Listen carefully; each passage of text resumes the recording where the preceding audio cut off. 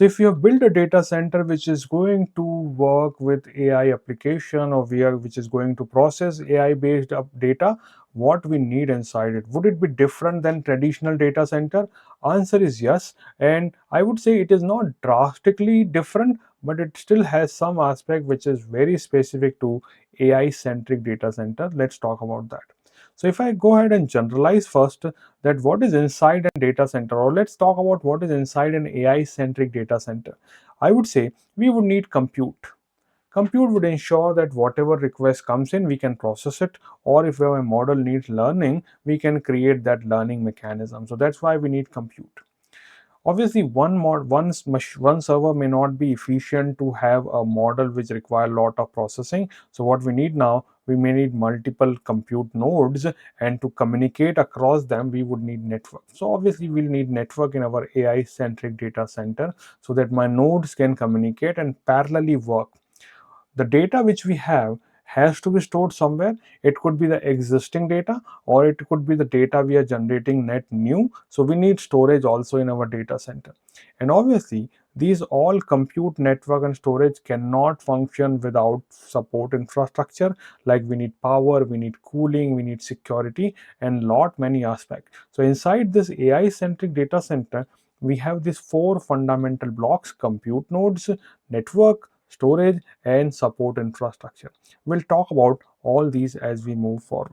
Now, if you are going to create a data center very specifically for AI, what can be some key constraints when you have to deploy this high density GPU workload?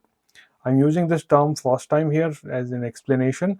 GPU stand for graphical processing unit. We'll talk in detail about how GPUs work and what is inside them.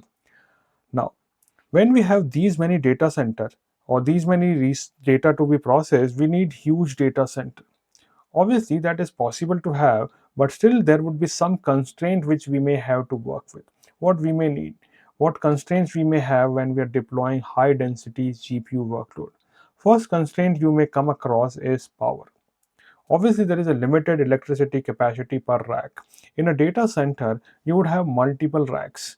How much power you can provide to one rack, how many racks you can keep into your data center, that would be a limitation. So limited electric capacity per rack is important. And when we run this GPU bound workload, they require high consistent power supply. So when you are deploying AI, or when you are creating a data center for AI, you need to focus on ensuring that you have sufficient power, because it is a key constraint for most data centers.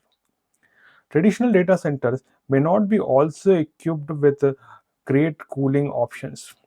So heat generated by dense GPU cluster would be too much. We need to have a better way of cooling capacity of rack and room, which can become bottleneck too. So whenever you're designing a data center for AI, make sure you have enough electricity, make sure you have proper cooling arrangement. And third thing, obviously, you would be needing physical space too. So physical limit may restrict you from expanding. You may need multiple nodes, but if there is not physical space available, or there is no place to keep your racks, then where you would have your infrastructure running. So three things you have to consider when you are deploying AI infrastructure based data center is: do you have enough electricity capacity, do you have proper cooling mechanism, and do you have proper floor space for running your physical server? These are the three key constraints in deploying high density workload.